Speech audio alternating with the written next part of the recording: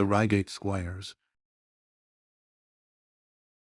It was some time before the health of my friend Mr. Sherlock Holmes recovered from the strain caused by his immense exertions in the spring of '87.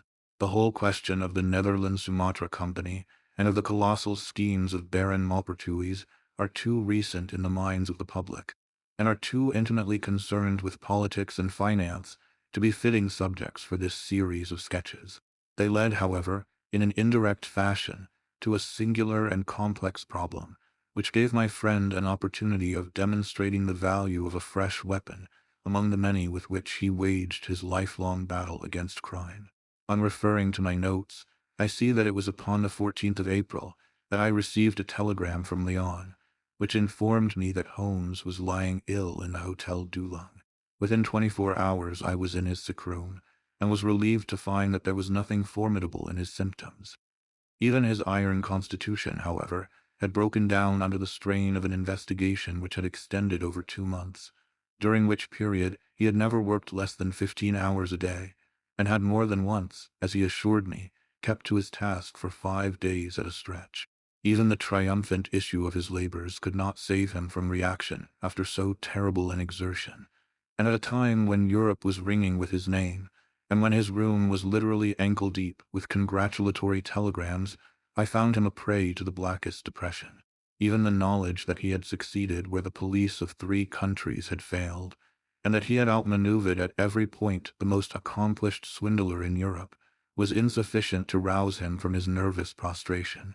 3 days later we were back in Baker Street together, but it was evident that my friend would be much the better for a change, and the thought of a week of springtime in the country was full of attractions to me also. My old friend, Colonel Hayter, who had come under my professional care in Afghanistan, had now taken a house near Reigate in Surrey, and had frequently asked me to come down to him upon a visit. On the last occasion he had remarked that if my friend would only come with me, he would be glad to extend his hospitality to him also. A little diplomacy was needed, but when Holmes understood that the establishment was a bachelor one, and that he would be allowed the fullest freedom, he fell in with my plans, and a week after our return from Lyon we were under the colonel's roof. Hayter was a fine old soldier who had seen much of the world, and he soon found, as I had expected, that Holmes and he had much in common. On the evening of our arrival we were sitting in the colonel's gun-room after dinner, Holmes stretched upon the sofa, while Hayter and I looked over his little armory of firearms. "By the way," said he suddenly, "I think I'll take one of these pistols upstairs with me in case we have an alarm." "An alarm?" said I. "Yes, we've had a scare in this part lately. Old Acton, who is one of our county magnates, had his house broken into last Monday. No great damage done, but the fellows are still at large." "No clue?" asked Holmes, cocking his eye at the colonel. "None as yet. But the affair is a petty one of our little country crimes, which must seem too small for your attention, Mr. Holmes, after this great international affair." Holmes waved away the compliment, though his smile showed that it had pleased him. Was there any feature of interest? "I fancy not. The thieves ransacked the library and got very little for their pains.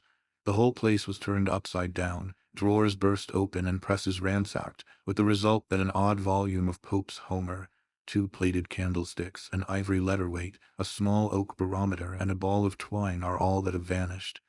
"What an extraordinary assortment!" I exclaimed. "Oh, the fellows evidently grabbed hold of everything they could get." Holmes grunted from the sofa.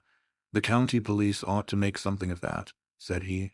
"Why, it is surely obvious that—" But I held up a warning finger. "You are here for a rest, my dear fellow. For heaven's sake, don't get started on a new problem when your nerves are all in shreds." Holmes shrugged his shoulders with a glance of comic resignation towards the colonel, and the talk drifted away into less dangerous channels. It was destined, however, that all my professional caution should be wasted, for next morning the problem obtruded itself upon us in such a way that it was impossible to ignore it, and our country visit took a turn which neither of us could have anticipated. We were at breakfast when the colonel's butler rushed in with all his proprieties shaken out of him. "Have you heard the news, sir?" he gasped. "At the Cunningham, sir." "Burglary," cried the colonel, with his coffee cup in midair. "Murder," the colonel whistled. "By Jove," said he. "Who's killed, then, the J.P. or his son?" Neither, sir. It was William the coachman. Shot through the heart, sir, and never spoke again. Who shot him, then? The burglar, sir. He was off like a shot and got clean away. He just broke in at the pantry window when William came on him and met his end in saving his master's property. What time? It was last night, sir, somewhere about 12. Ah, then we'll step over afterwards, said the colonel, coolly settling down to his breakfast again. It's a baddish business, he added when the butler had gone. He's our leading man about here, is old Cunningham, and a very decent fellow too. He'll be cut up over this, for the man has been in his service for years and was a good servant. It's evidently the same villains who broke into Acton's and stole that very singular collection, said Holmes thoughtfully. Precisely.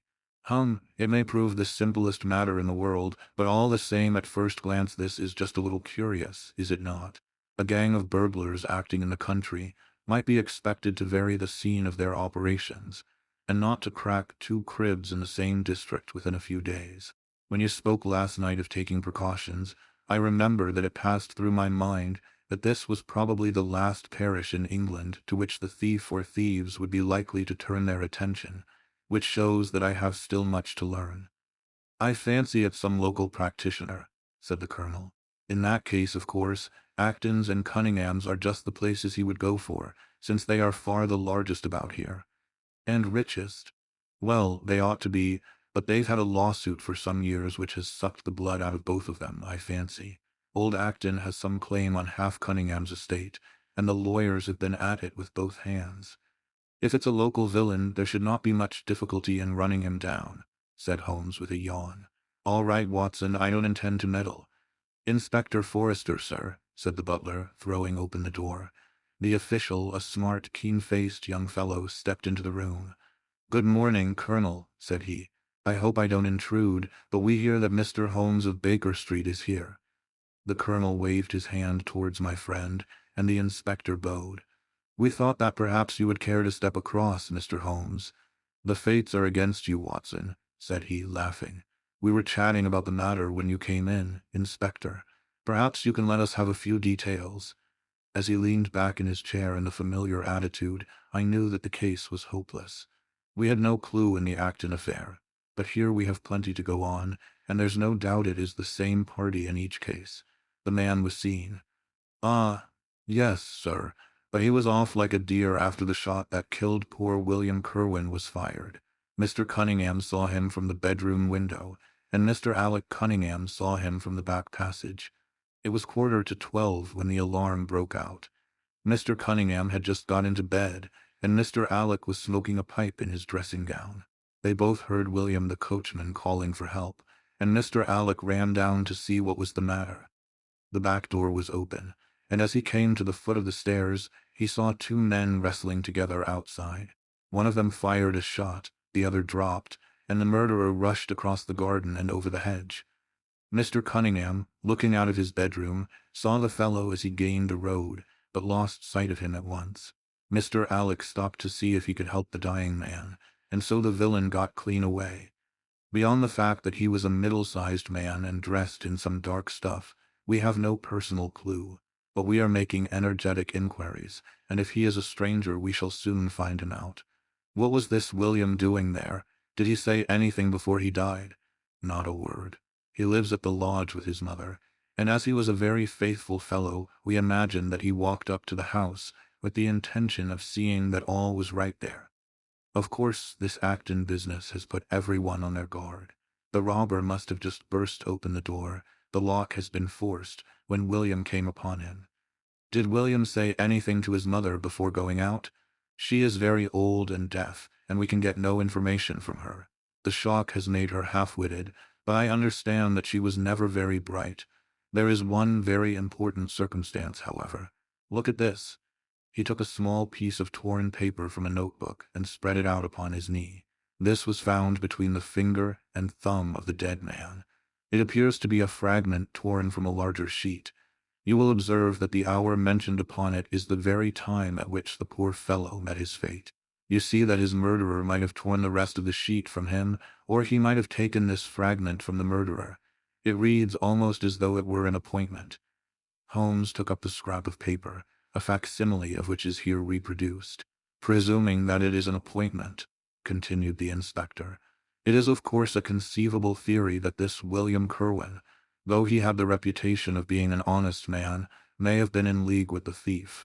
He may have met him there, may even have helped him to break in the door, and then they may have fallen out between themselves. This writing is of extraordinary interest, said Holmes, who had been examining it with intense concentration. These are much deeper waters than I had thought. He sank his head upon his hands, while the inspector smiled at the effect which his case had had upon the famous London specialist. Your last remark, said Holmes presently, as to the possibility of there being an understanding between the burglar and the servant, and this being a note of appointment from one to the other, is an ingenious and not entirely impossible supposition. But this writing opens up. He sank his head into his hands again, and remained for some minutes in the deepest thought. When he raised his face again, I was surprised to see that his cheek was tinged with color, and his eyes as bright as before his illness. He sprang to his feet with all his old energy. "I'll tell you what," said he, "I should like to have a quiet little glance into the details of this case. There is something in it which fascinates me extremely. If you will permit me, Colonel, I will leave my friend Watson and you, and I will step round with the inspector to test the truth of one or two little fancies of mine. I will be with you again in half an hour." An hour and a half had elapsed before the inspector returned alone. "Mr. Holmes is walking up and down in the field outside," said he. "He wants us all four to go up to the house together." "To Mr. Cunningham's?" "Yes, sir." "What for?" The inspector shrugged his shoulders. "I don't quite know, sir. Between ourselves, I think Mr. Holmes had not quite got over his illness yet. He's been behaving very queerly, and he is very much excited." "I don't think you need alarm yourself," said I. "I have usually found that there was method in his madness." "Some folks might say there was madness in his method," muttered the inspector. "But he's all on fire to start, Colonel, so we had best go out if you are ready."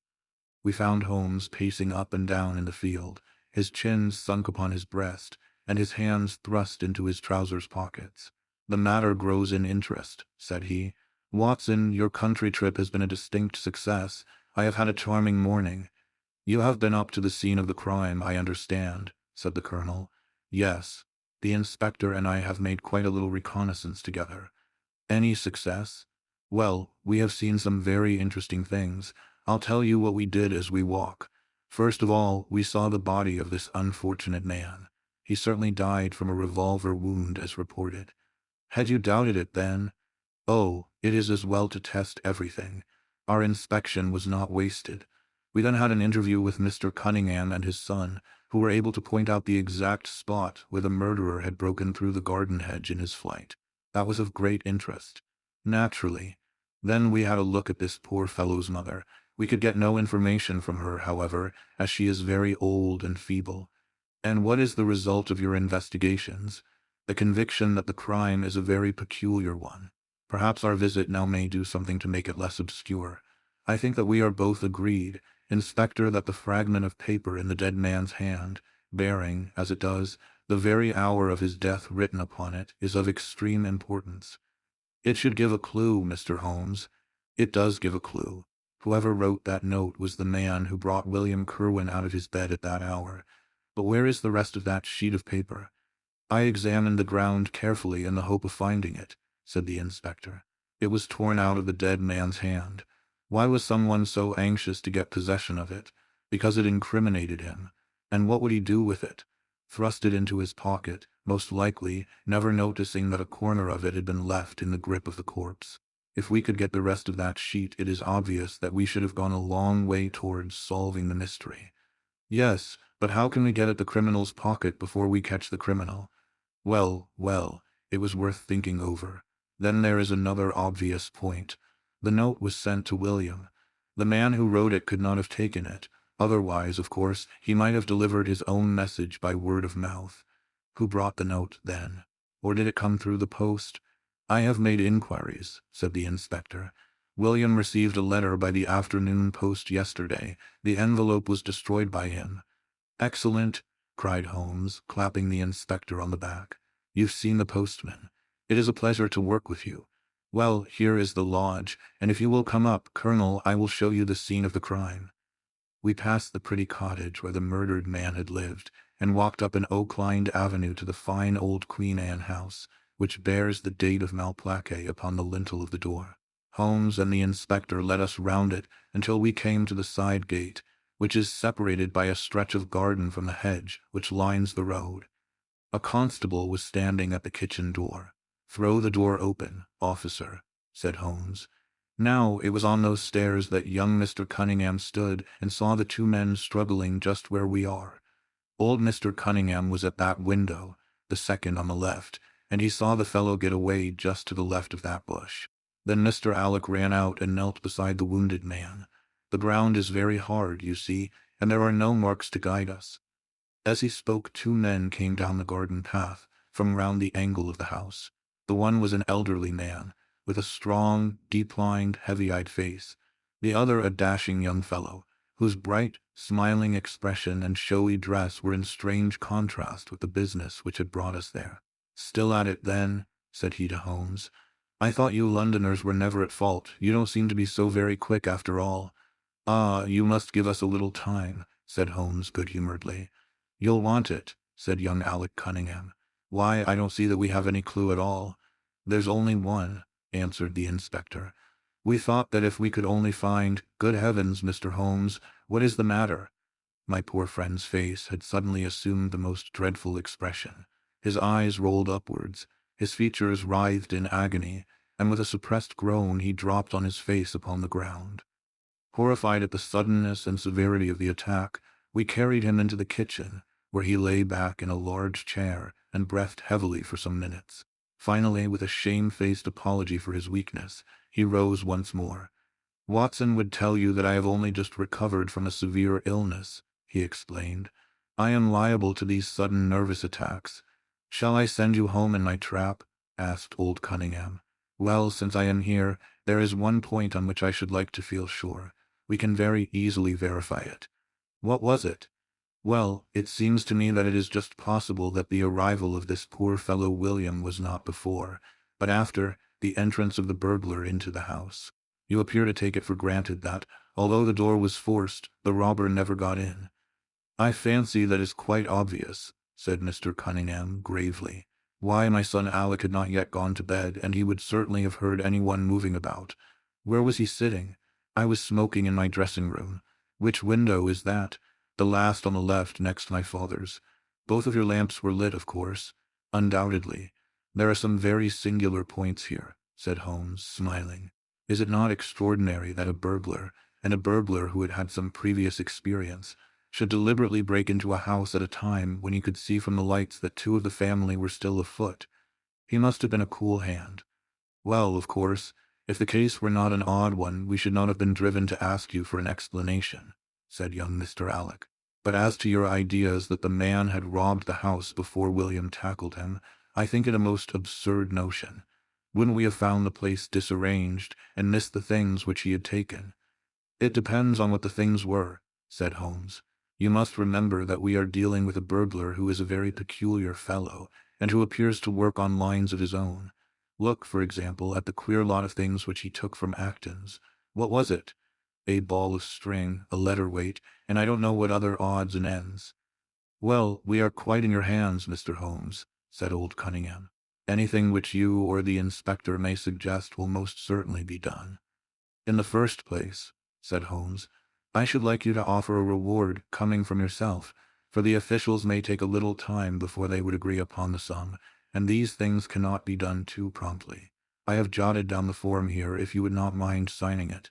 £50 was quite enough, I thought." "I would willingly give 500, said the J.P., taking the slip of paper and the pencil which Holmes handed to him. "This is not quite correct, however," he added, glancing over the document. "I wrote it rather hurriedly. You see, you begin, whereas, at about 1:45 on Tuesday morning an attempt was made, and so on. It was at 11:45, as a matter of fact." I was pained at the mistake, for I knew how keenly Holmes would feel any slip of the kind. It was his specialty to be accurate as to fact, but his recent illness had shaken him, and this one little incident was enough to show me that he was still far from being himself. He was obviously embarrassed for an instant, while the inspector raised his eyebrows, and Alec Cunningham burst into a laugh. The old gentleman corrected the mistake, however, and handed the paper back to Holmes. "Get it printed as soon as possible," he said. "I think your idea is an excellent one." Holmes put the slip of paper carefully away into his pocketbook. "And now," said he, "it really would be a good thing that we should all go over the house together and make certain that this rather erratic burglar did not, after all, carry anything away with him." Before entering, Holmes made an examination of the door which had been forced. It was evident that a chisel or strong knife had been thrust in, and the lock forced back with it. We could see the marks in the wood where it had been pushed in. "You don't use bars, then?" he asked. "We have never found it necessary." "You don't keep a dog?" "Yes, but he is chained on the other side of the house." "When do the servants go to bed?" "About 10. I understand that William was usually in bed also at that hour." "Yes. It is singular that on this particular night he should have been up. Now, I should be very glad if you would have the kindness to show us over the house, Mr. Cunningham." A stone-flagged passage, with the kitchens branching away from it, led by a wooden staircase directly to the first floor of the house. It came out upon the landing opposite to a second more ornamental stair, which came up from the front hall. Out of this landing opened the drawing-room and several bedrooms, including those of Mr. Cunningham and his son. Holmes walked slowly, taking keen note of the architecture of the house. I could tell from his expression that he was on a hot scent, and yet I could not in the least imagine in what direction his inferences were leading him. "My good sir," said Mr. Cunningham with some impatience, "this is surely very unnecessary. That is my room at the end of the stairs, and my son's is the one beyond it. I leave it to your judgment whether it was possible for the thief to have come up here without disturbing us." "You must try round and get on a fresh scent, I fancy," said the son with a rather malicious smile. "Still, I must ask you to humor me a little further. I should like, for example, to see how far the windows of the bedrooms command the front. This, I understand, is your son's room." He pushed open the door. "And that, I presume, is the dressing-room in which he sat smoking when the alarm was given. Where does the window of that look out to?" He stepped across the bedroom, pushed open the door, and glanced round the other chamber. "I hope that you are satisfied now," said Mr. Cunningham tartly. "Thank you, I think I have seen all that I wished. Then, if it is really necessary, we can go into my room. If it is not too much trouble." The J.P. shrugged his shoulders and led the way into his own chamber, which was a plainly furnished and commonplace room. As we moved across it in the direction of the window, Holmes fell back until he and I were the last of the group. Near the foot of the bed stood a dish of oranges and a carafe of water. As we passed it, Holmes, to my unutterable astonishment, leaned over in front of me and deliberately knocked the whole thing over. The glass smashed into 1,000 pieces, and the fruit rolled about into every corner of the room. "You've done it now, Watson," said he coolly. "A pretty mess you've made of the carpet." I stooped in some confusion and began to pick up the fruit, understanding for some reason my companion desired me to take the blame upon myself. The others did the same and set the table on its legs again. "Halloa!" cried the inspector. "Where's he got to?" Holmes had disappeared. "Wait here an instant," said young Alec Cunningham. "The fellow is off his head, in my opinion. Come with me, father, and see where he has got to." They rushed out of the room, leaving the inspector, the colonel, and me staring at each other. "'Pon my word, I am inclined to agree with Master Alec," said the official. "It may be the effect of this illness, but it seems to me that—" His words were cut short by a sudden scream of "Help! Help! Murder!" With a thrill I recognized the voice of that of my friend. I rushed madly from the room on to the landing. The cries, which had sunk down into a hoarse, inarticulate shouting, came from the room which we had first visited. I dashed in, and on into the dressing-room beyond. The two Cunninghams were bending over the prostrate figure of Sherlock Holmes, the younger clutching his throat with both hands, while the elder seemed to be twisting one of his wrists. In an instant the three of us had torn them away from him, and Holmes staggered to his feet, very pale and evidently greatly exhausted. "Arrest these men, Inspector," he gasped. "On what charge?" "That of murdering their coachman, William Kerwin." The inspector stared about him in bewilderment. "Oh, come now, Mr. Holmes," said he at last. "I'm sure you don't really mean to—" "Tut, man, look at their faces," cried Holmes curtly. "Never, certainly, have I seen a plainer confession of guilt upon human countenances." The older man seemed numbed and dazed, with a heavy, sullen expression upon his strongly marked face. The son, on the other hand, had dropped all that jaunty, dashing style which had characterized him, and the ferocity of a dangerous wild beast gleamed in his dark eyes and distorted his handsome features. The inspector said nothing, but, stepping to the door, he blew his whistle. Two of his constables came at the call. "I have no alternative, Mr. Cunningham," said he. "I trust that this may all prove to be an absurd mistake, but you can see that? Ah, would you? Drop it." He struck out with his hand, and a revolver which the younger man was in the act of cocking clattered down upon the floor. "Keep that," said Holmes, quietly putting his foot upon it. "You will find it useful at the trial. But this is what we really wanted." He held up a little crumpled piece of paper. "The remainder of the sheet," cried the inspector. "Precisely. And where was it?" "Where I was sure it must be. I'll make the whole matter clear to you presently. I think, Colonel, that you and Watson might return now, and I will be with you again in an hour at the furthest. The inspector and I must have a word with the prisoners, but you will certainly see me back at luncheon time." Sherlock Holmes was as good as his word. For about 1 o'clock he rejoined us in the Colonel's smoking room. He was accompanied by a little elderly gentleman, who was introduced to me as the Mr. Acton whose house had been the scene of the original burglary. "I wished Mr. Acton to be present while I demonstrated this small matter to you," said Holmes, "for it is natural that he should take a keen interest in the details. I am afraid, my dear Colonel, that you must regret the hour that you took in such a stormy petrel as I am." "On the contrary," answered the Colonel, warmly, "I consider it the greatest privilege to have been permitted to study your methods of working. I confess that they quite surpass my expectations, and that I am utterly unable to account for your result. I have not yet seen the vestige of a clue. I am afraid that my explanation may disillusionize you, but it has always been my habit to hide none of my methods, either from my friend Watson or from anyone who might take an intelligent interest in them. But first, as I am rather shaken by the knocking about which I had in the dressing-room, I think that I shall help myself to a dash of your brandy, Colonel. My strength has been rather tried of late. I trust that you had no more of those nervous attacks." Sherlock Holmes laughed heartily. "We will come to that in its turn," said he. "I will lay an account of the case before you in its due order, showing you the various points which guided me in my decision. Pray interrupt me if there is any inference which is not perfectly clear to you. It is of the highest importance in the art of detection to be able to recognize, out of a number of facts, which are incidental and which vital.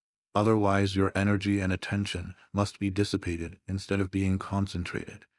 Now, in this case, there was not the slightest doubt in my mind, from the first, that the key of the whole matter must be looked for in the scrap of paper in the dead man's hand.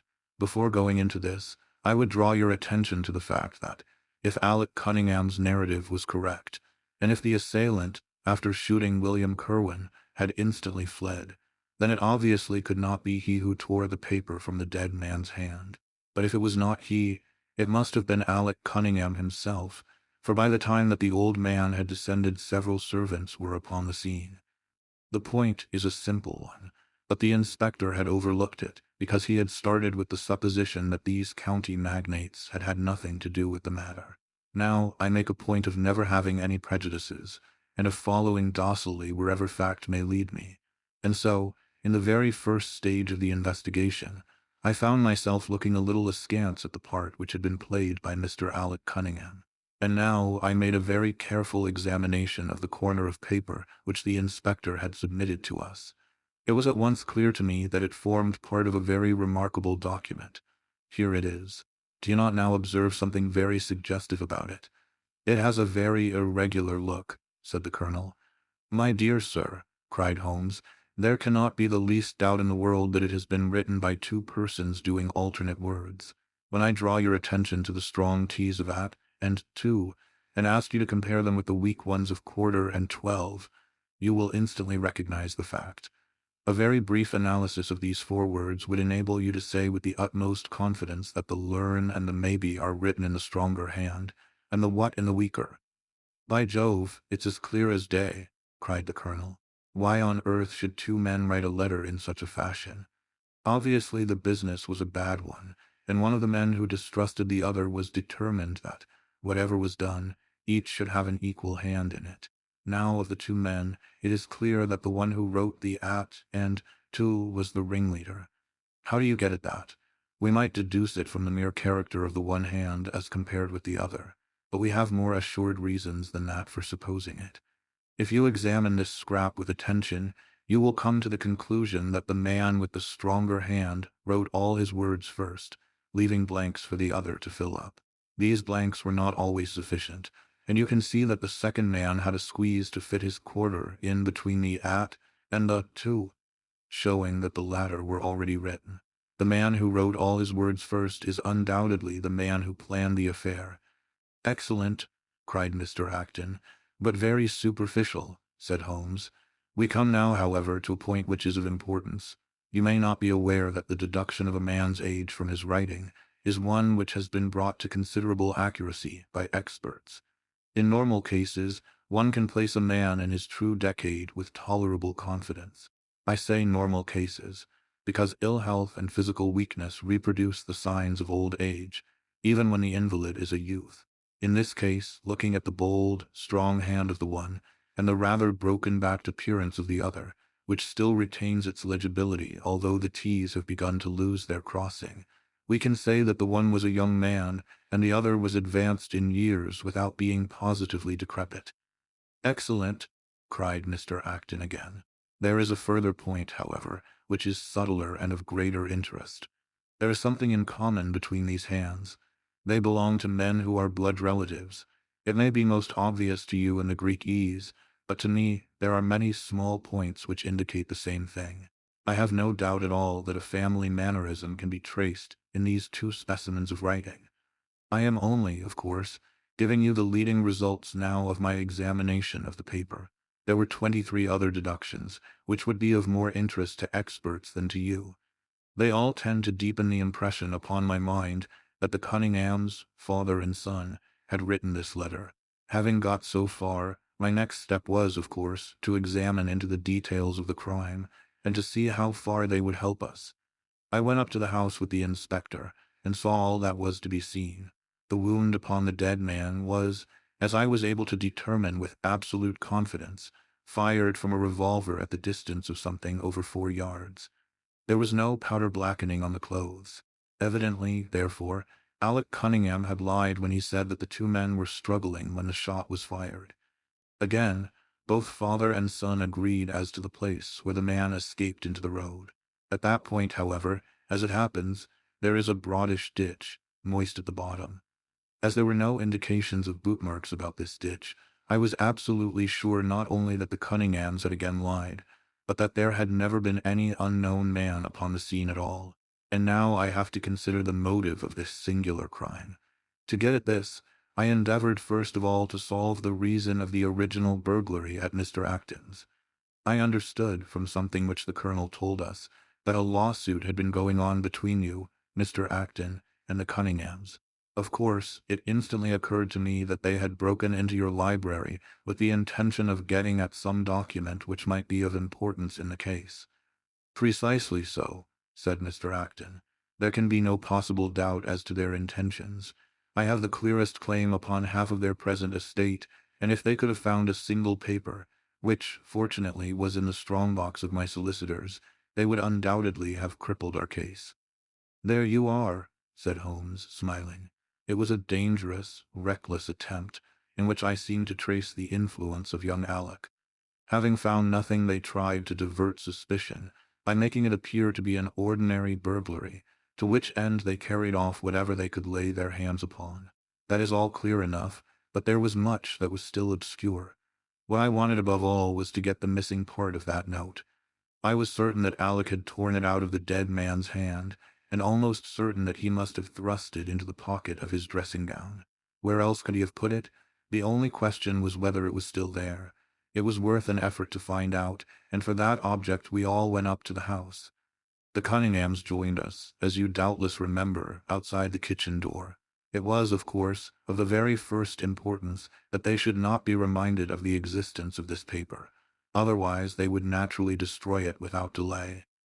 The inspector was about to tell them the importance which we attached to it when, by the luckiest chance in the world, I tumbled down in a sort of fit, and so changed the conversation. "Good heavens!" cried the colonel, laughing. "Do you mean to say all our sympathy was wasted, and your fit an imposture?" "Speaking professionally, it was admirably done," cried I, looking in amazement at this man who was forever confounding me with some new phase of his astuteness. "It is an art which is often useful," said he. "When I recovered, I managed, by a device which had perhaps some little merit of ingenuity, to get old Cunningham to write the word 12, so that I might compare it with the 12 upon the paper." "Oh, what an ass I have been!" I exclaimed. "I could see that you were commiserating me over my weakness," said Holmes, laughing. "I was sorry to cause you the sympathetic pain which I know that you felt." We then went upstairs together, and having entered the room and seen the dressing-gown hanging up behind the door, I contrived, by upsetting a table, to engage their attention for the moment, and slipped back to examine the pockets. I had hardly got the paper, however, which was, as I had expected, in one of them, when the two Cunninghams were on me, and would, I verily believe, have murdered me then and there, but for your prompt and friendly aid. As it is, I feel that young man's grip on my throat now, and the father has twisted my wrist round in the effort to get the paper out of my hand. They saw that I must know all about it, you see, and the sudden change from absolute security to complete despair made them perfectly desperate. I had a little talk with old Cunningham afterwards as to the motive of the crime. He was tractable enough, though his son was a perfect demon, ready to blow out his own or anybody else's brains if he could have got to his revolver. When Cunningham saw that the case against him was so strong, he lost all heart, and made a clean breast of everything. It seems that William had secretly followed his two masters on the night when they made their raid upon Mr. Acton's, and having thus got them into his power, proceeded, under threats of exposure, to levy blackmail upon them. Mr. Alec, however, was a dangerous man to play games of that sort with. It was a stroke of positive genius on his part to see in the burglary scare, which was convulsing the countryside, an opportunity of plausibly getting rid of the man whom he feared. William was decoyed up and shot, and had they only got the whole of the note and paid a little more attention to detail in the accessories, it is very possible that suspicion might never have been aroused. "In the note?" I asked. Sherlock Holmes placed the subjoined paper before us. "If you will only come round at 11:45 to the East Gate, you will learn what will very much surprise you and maybe be of the greatest service to you, and also to Annie Morrison. But say nothing to anyone upon the matter. It is very much the sort of thing that I expected," said he. "Of course, we do not yet know what the relations may have been between Alec Cunningham, William Kerwin, and Annie Morrison. The result shows that the trap was skillfully baited. I am sure that you cannot fail to be delighted with the traces of heredity shown in the P's and in the tails of the G's. The absence of the I-dots in the old man's writing is also most characteristic. Watson, I think our quiet rest in the country has been a distinct success, and I shall certainly return much invigorated to Baker Street tomorrow. The Crooked Man." One summer night, a few months after my marriage, I was seated by my own hearth smoking a last pipe and nodding over a novel, for my day's work had been an exhausting one. My wife had already gone upstairs, and the sound of the locking of the hall door some time before told me that the servants had also retired. I had risen from my seat and was knocking out the ashes of my pipe when I suddenly heard the clang of the bell. I looked at the clock. It was 11:45. This could not be a visitor at so late an hour. A patient, evidently, and possibly an all-night sitting. With a wry face, I went out into the hall and opened the door. To my astonishment, it was Sherlock Holmes who stood upon my step. "Ah, Watson," said he, "I hoped that I might not be too late to catch you. My dear fellow, pray come in. You look surprised, and no wonder. Relieved, too, I fancy. You still smoke the Arcadia mixture of your bachelor days, then. There's no mistaking that fluffy ash upon your coat. It's easy to tell that you have been accustomed to wear a uniform, Watson.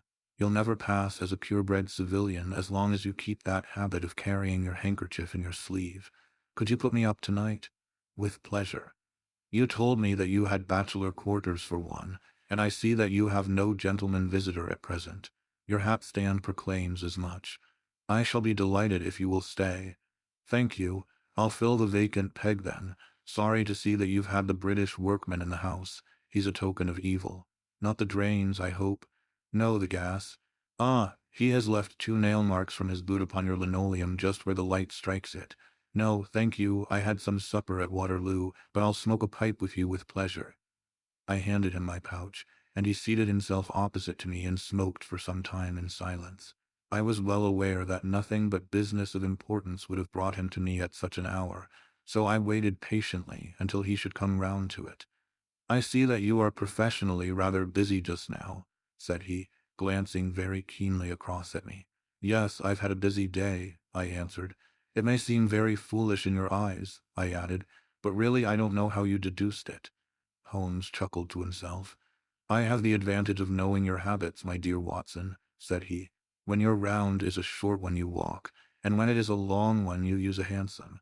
As I perceive that your boots, although used, are by no means dirty, I cannot doubt that you are at present busy enough to justify the hansom. Excellent, I cried. Elementary, said he. It is one of those instances where the reasoner can produce an effect which seems remarkable to his neighbor, because the latter has missed the one little point which is the basis of the deduction. The same may be said, my dear fellow, for the effect of some of these little sketches of yours, which is entirely meretricious, depending as it does upon your retaining in your own hands some factors in the problem which are never imparted to the reader. Now, at present, I am in the position of these same readers, for I hold in this hand several threads of one of the strangest cases which ever perplexed a man's brain, and yet I lack the one or two which are needful to complete my theory. But I'll have them, Watson, I'll have them.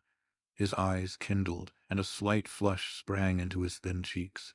For an instant only. When I glanced again, his face had resumed that Red Indian composure which had made so many regard him as a machine rather than a man. The problem presents features of interest, said he. I may even say exceptional features of interest. I have already looked into the matter, and have come, as I think, within sight of my solution. If you could accompany me in that last step, you might be of considerable service to me. I should be delighted. Could you go as far as Aldershot tomorrow? I have no doubt Jackson would take my practice. Very good. I want to start by the 11.1 from Waterloo. That would give me time. Then, if you are not too sleepy, I will give you a sketch of what has happened and of what remains to be done. I was sleepy before you came. I am quite wakeful now. I will compress the story as far as may be done without omitting anything vital to the case. It is conceivable that you may even have read some account of the matter. It is the supposed murder of Colonel Barclay, of the Royal Mallows, at Aldershot, which I am investigating. I have heard nothing of it. It has not excited much attention yet, except locally. The facts are only 2 days old. Briefly, they are these. The Royal Mallows is, as you know, one of the most famous Irish regiments in the British Army. It did wonders both in the Crimea and the Mutiny, and has since that time distinguished itself upon every possible occasion.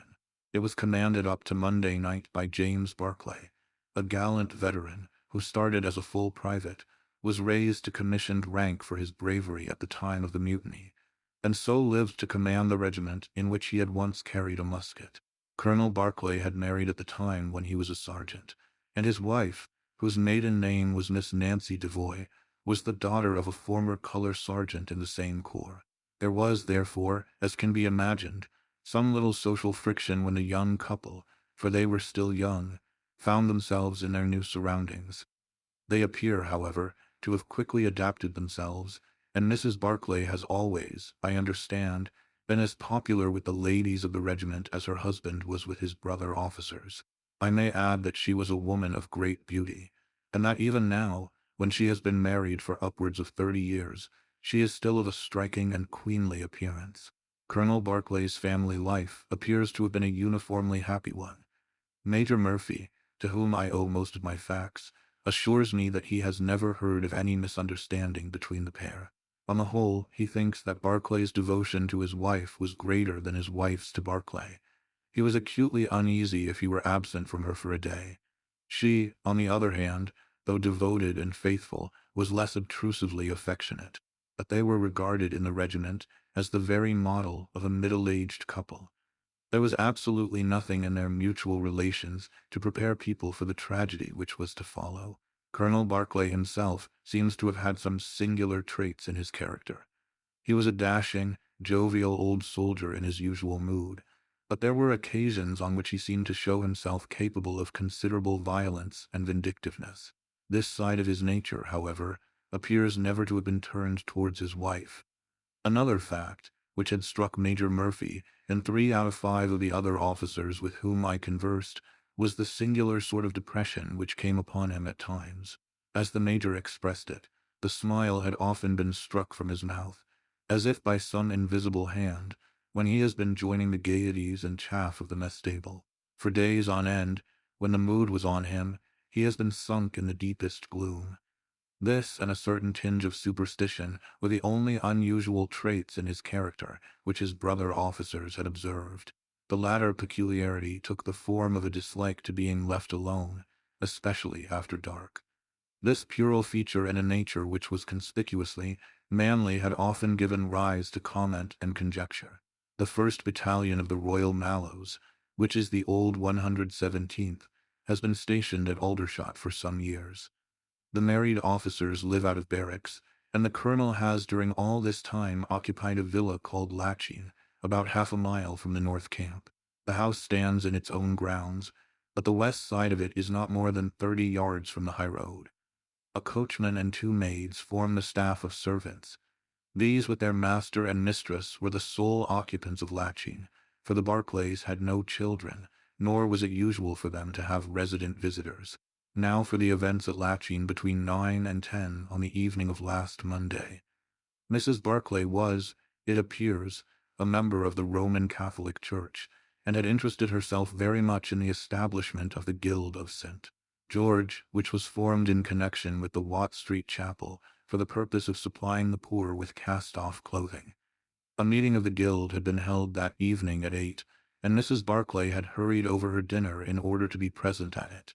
When leaving the house, she was heard by the coachman to make some commonplace remark to her husband, and to assure him that she would be back before very long.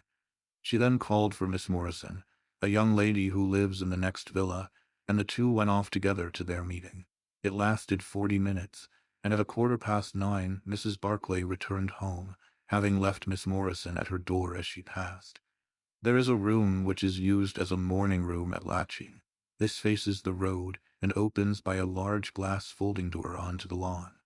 The lawn is 30 yards across and is only divided from the highway by a low wall with an iron rail above it. It was into this room that Mrs. Barclay went upon her return. The blinds were not down, for the room was seldom used in the evening, but Mrs. Barclay herself lit the lamp and then rang the bell, asking Jane Stewart, a housemaid, to bring her a cup of tea, which was quite contrary to her usual habits. The colonel had been sitting in the dining room, but hearing that his wife had returned, he joined her in the morning room. The coachman saw him cross the hall and enter it. He was never seen again alive. The tea which had been ordered was brought up at the end of 10 minutes, but the maid, as she approached the door, was surprised to hear the voices of her master and mistress in furious altercation. She knocked without receiving any answer, and even turned the handle, but only to find that the door was locked upon the inside. Naturally enough, she ran down to tell the cook, and the 2 women with the coachman came up into the hall and listened to the dispute which was still raging. They all agreed that only 2 voices were to be heard, those of Barclay and of his wife. Barclay's remarks were subdued and abrupt, so that none of them were audible to the listeners. The ladies, on the other hand, were most bitter, and when she raised her voice could be plainly heard. "You coward," she repeated over and over again. "What can be done now? What can be done now? Give me back my life. I will never so much as breathe the same air with you again. You coward! You coward!" Those were scraps of her conversation, ending in a sudden dreadful cry in the man's voice, with a crash and a piercing scream from the woman. Convinced that some tragedy had occurred, the coachman rushed to the door and strove to force it, while scream after scream issued from within. He was unable, however, to make his way in, and the maids were too distracted with fear to be of any assistance to him. A sudden thought struck him, however, and he ran through the hall door and round to the lawn upon which the long French windows open. One side of the window was open, which I understand was quite usual in the summer-time, and he passed without difficulty into the room. His mistress had ceased to scream and was stretched insensible upon a couch, while with his feet tilted over the side of an armchair, and his head upon the ground near the corner of the fender, was lying the unfortunate soldier Stone, dead in a pool of his own blood. Naturally, the coachman's first thought, on finding that he could do nothing for his master, was to open the door. But here an unexpected and singular difficulty presented itself. The key was not in the inner side of the door, nor could he find it anywhere in the room. He went out again, therefore, through the window, and having obtained the help of a policeman and of a medical man, he returned. The lady, against whom naturally the strongest suspicion rested, was removed to her room, still in a state of insensibility. The colonel's body was then placed upon the sofa, and a careful examination made of the scene of the tragedy. The injury from which the unfortunate veteran was suffering was found to be a jagged cut some 2 inches long at the back part of his head, which had evidently been caused by a violent blow from a blunt weapon. Nor was it difficult to guess what that weapon may have been. Upon the floor, close to the body, was lying a singular club of hard carved wood with a bone handle. The colonel possessed a varied collection of weapons brought from the different countries in which he had fought, and it is conjectured by the police that his club was among his trophies. The servants deny having seen it before, but among the numerous curiosities in the house, it is possible that it may have been overlooked. Nothing else of importance was discovered in the room by the police, save the inexplicable fact that neither upon Mrs. Barclay's person, nor upon that of the victim, nor in any part of the room was the missing key to be found. The door had eventually to be opened by a locksmith from Aldershot. That was the state of things, Watson, when upon the Tuesday morning I, at the request of Major Murphy, went down to Aldershot to supplement the efforts of the police. I think that you will acknowledge that the problem was already one of interest, but my observations soon made me realize that it was in truth much more extraordinary than would at first sight appear. Before examining the room I cross-questioned the servants, but only succeeded in eliciting the facts which I have already stated. One other detail of interest was remembered by Jane Stewart, the housemaid. You will remember that on hearing the sound of the quarrel she descended and returned with the other servants. On that first occasion, when she was alone, she says that the voices of her master and mistress were sunk so low that she could hear hardly anything, and judged by their tones rather than their words that they had fallen out. On my pressing her, however, she remembered that she heard the word David uttered twice by the lady. The point is of the utmost importance as guiding us towards the reason of the sudden quarrel. The colonel's name, you remember, was James.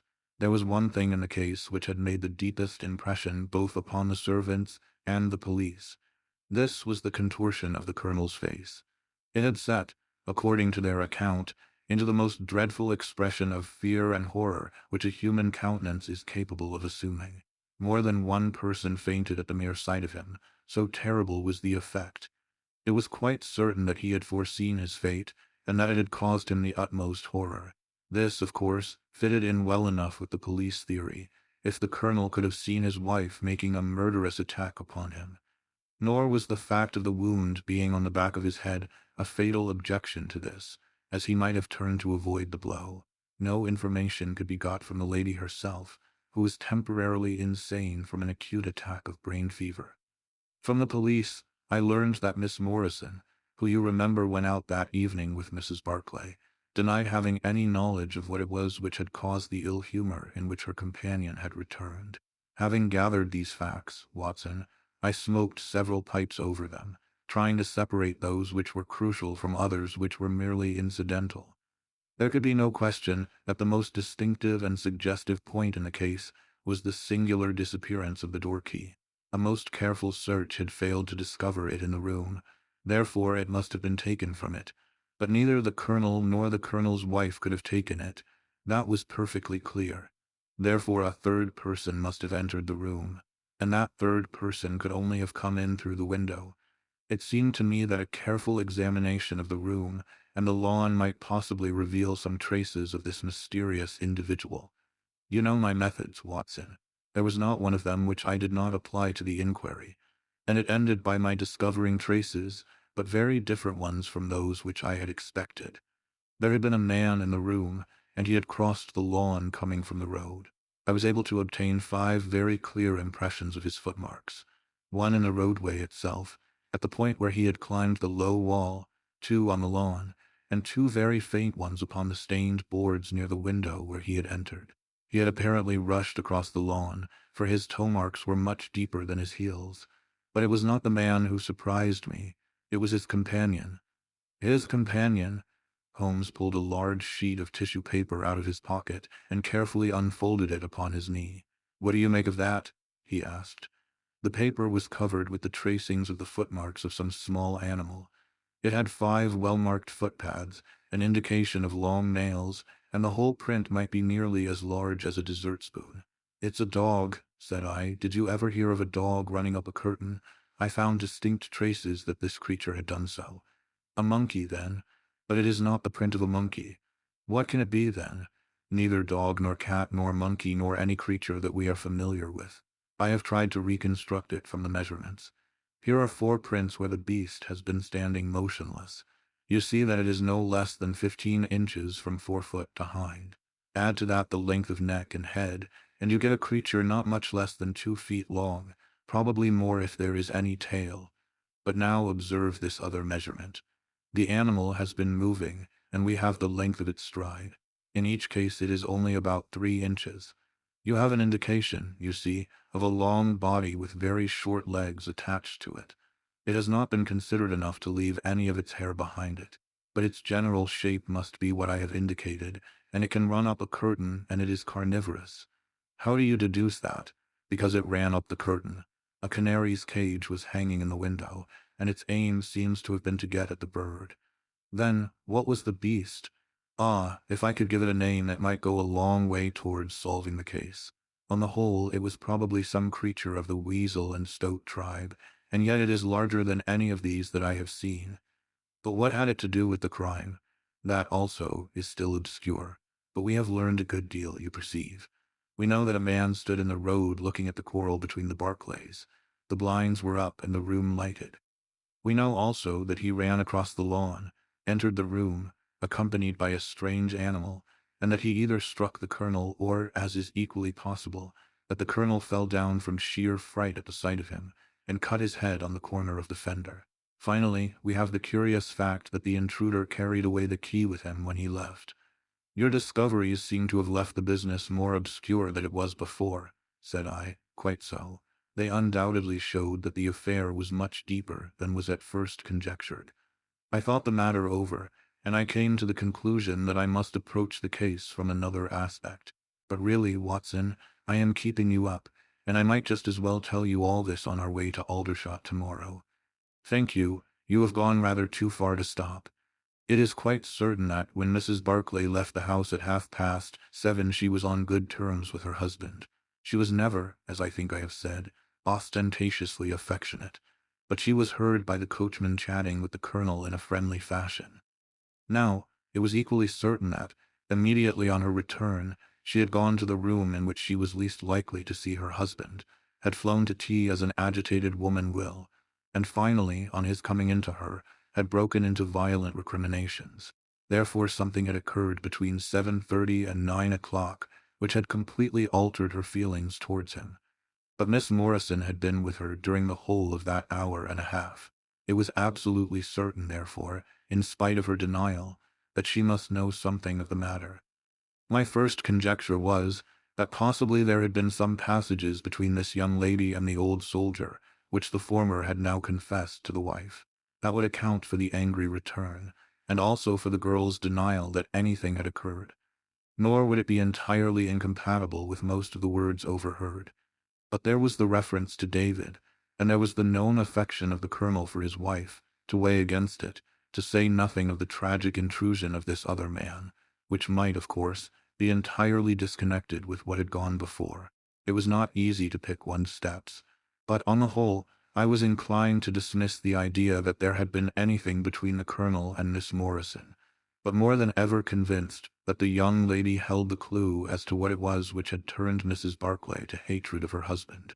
I took the obvious course, therefore, of calling upon Miss Morrison, of explaining to her that I was perfectly certain that she held the facts in her possession, and of assuring her that her friend, Mrs. Barclay, might find herself in the dock upon a capital charge unless the matter were cleared up. Miss Morrison is a little ethereal slip of a girl, with timid eyes and blonde hair, but I found her by no means wanting in shrewdness and common sense. She sat thinking for some time after I had spoken, and then, turning to me with a brisk air of resolution, she broke into a remarkable statement which I will condense for your benefit. "I promised my friend that I would say nothing of the matter, and a promise is a promise," said she. "But if I can really help her when so serious a charge is laid against her, and when her own mouth, poor darling, is closed by illness, then I think I am absolved from my promise. I will tell you exactly what happened upon Monday evening. We were returning from the Watt Street mission about 8:45. On our way we had to pass through Hudson Street, which is a very quiet thoroughfare. There is only one lamp in it, upon the left-hand side, and as we approached this lamp I saw a man coming towards us with his back very bent, and something like a box slung over one of his shoulders. He appeared to be deformed, for he carried his head low and walked with his knees bent. We were passing him when he raised his face to look at us in the circle of light thrown by the lamp, and as he did so, he stopped and screamed out in a dreadful voice, "My God, it's Nancy!" Mrs. Barclay turned as white as death, and would have fallen down had the dreadful-looking creature not caught hold of her. I was going to call for the police, but she, to my surprise, spoke quite civilly to the fellow. "I thought you had been dead this 30 years, Henry," said she, in a shaking voice. "So I have," said he, and it was awful to hear the tones that he said it in. He had a very dark, fearsome face, and a gleam in his eyes that comes back to me in my dreams. His hair and whiskers were shot with gray, and his face was all crinkled and puckered like a withered apple. "Just walk on a little way, dear," said Mrs. Barclay. "I want to have a word with this man. There is nothing to be afraid of." She tried to speak boldly, but she was still deadly pale and could hardly get her words out for the trembling of her lips. I did as she asked me, and they talked together for a few minutes. Then she came down the street with her eyes blazing, and I saw the crippled wretch standing by the lamp-post and shaking his clenched fists in the air as if he were mad with rage. She never said a word until we were at the door here, when she took me by the hand and begged me to tell no one what had happened. "It's an old acquaintance of mine who has come down in the world," said she.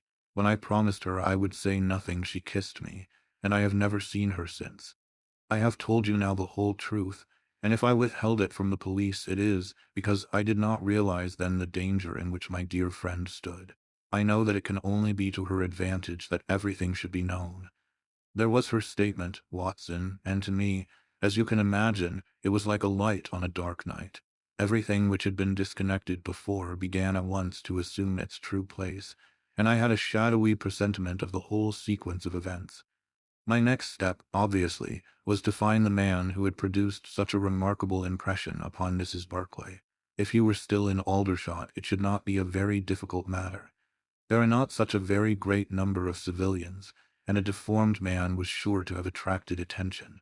I spent a day in the search, and by evening, this very evening, Watson, I had run him down. The man's name is Henry Wood, and he lives in lodgings in this same street in which the ladies met him. He has only been 5 days in the place. In the character of a registration agent, I had a most interesting gossip with his landlady. The man is by trade a conjurer and performer, going round the canteens after nightfall, and giving a little entertainment at each. He carries some creature about with him in that box, about which the landlady seemed to be in considerable trepidation, for she had never seen an animal like it. He uses it in some of his tricks according to her account. So much the woman was able to tell me, and also that it was a wonder the man lived, seeing how twisted he was, and that he spoke in a strange tongue sometimes, and that for the last 2 nights she had heard him groaning and weeping in his bedroom. He was all right as far as money went, but in his deposit he had given her what looked like a bad florin. She showed it to me, Watson, and it was an Indian rupee. So now, my dear fellow, you see exactly how we stand, and why it is I want you. It is perfectly plain that after the ladies parted from this man, he followed them at a distance, that he saw the quarrel between husband and wife through the window, that he rushed in, and that the creature which he carried in his box got loose. That is all very certain, but he is the only person in this world who can tell us exactly what happened in that room. And you intend to ask him? Most certainly, but in the presence of a witness. And I am the witness, if you will be so good. If he can clear the matter up, well and good.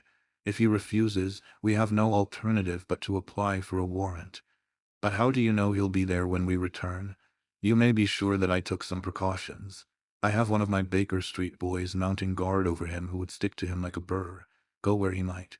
We shall find him in Hudson Street tomorrow, Watson, and meanwhile, I should be the criminal myself if I kept you out of bed any longer. It was midday when we found ourselves at the scene of the tragedy, and under my companion's guidance, we made our way at once to Hudson Street. In spite of his capacity for concealing his emotions, I could easily see that Holmes was in a state of suppressed excitement, while I was myself tingling with that half-sporting, half-intellectual pleasure which I invariably experienced when I associated myself with him in his investigations.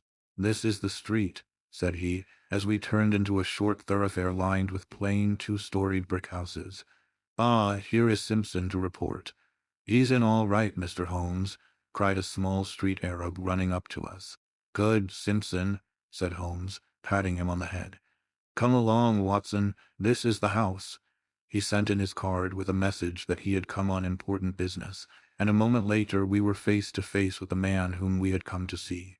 In spite of the warm weather, he was crouching over a fire, and the little room was like an oven. The man sat all twisted and huddled in his chair in a way which gave an indescribable impression of deformity. But the face which he turned towards us, though worn and swarthy, must at some time have been remarkable for its beauty. He looked suspiciously at us now out of yellow-shot, bilious eyes, and without speaking or rising, he waved towards two chairs. "Mr. Henry Wood, late of India, I believe," said Holmes affably. "I've come over this little matter of Colonel Barclay's death. What should I know about that? That's what I want to ascertain. You know, I suppose, that unless the matter is cleared up, Mrs. Barclay, who is an old friend of yours, will in all probability be tried for murder." The man gave a violent start. "I don't know who you are," he cried, "nor how you come to know what you do know, but will you swear that this is true that you tell me? Why, they are only waiting for her to come to her senses to arrest her. My God, are you in the police yourself? No. What business is it of yours then? It's every man's business to see justice done. You can take my word that she is innocent. Then you are guilty. No, I am not. Who killed Colonel James Barclay then? It was a just providence that killed him. But mind you this, that if I had knocked his brains out, as it was in my heart to do, he would have had no more than his due from my hands. If his own guilty conscience had not struck him down, it is likely enough that I might have had his blood upon my soul. You want me to tell the story? Well, I don't know why I shouldn't, for there's no cause for me to be ashamed of it. It was in this way, sir. You see me now with my back like a camel and my ribs all awry, but there was a time when Corporal Henry Wood was the smartest man in the 117th Foot. We were in India then, in cantonments, at a place we'll call Birdie. Barclay, who died the other day, was sergeant in the same company as myself, and the belle of the regiment, I, and the finest girl that ever had the breath of life between her lips, was Nancy Devoy, the daughter of the color sergeant. There were two men that loved her, and one that she loved, and you'll smile when you look at this poor thing huddled before the fire, and hear me say that it was for my good looks that she loved me. Well, though I had her heart, her father was set upon her marrying Barclay. I was a harum-scarum, reckless lad, and he had had an education, and was already marked for the sword belt. But the girl held true to me, and it seems that I would have had her when the mutiny broke out, and all hell was loose in the country. We were shut up in Birdie, the regiment of us with half a battery of artillery, a company of Sikhs, and a lot of civilians and womenfolk. There were 10,000 rebels round us, and they were as keen as a set of terriers round a rat cage. About the second week of it our water gave out, and it was a question whether we could communicate with General Neal's column, which was moving up country. It was our only chance, for we could not hope to fight our way out with all the women and children, so I volunteered to go out and to warn General Neil of our danger. My offer was accepted, and I talked it over with Sergeant Barclay, who was supposed to know the ground better than any other man, and who drew up a route by which I might get through the rebel lines. At 10 o'clock the same night I started off upon my journey. There were 1,000 lives to save, but it was of only one that I was thinking when I dropped over the wall that night. My way ran down a dried-up watercourse, which we hoped would screen me from the enemy's sentries.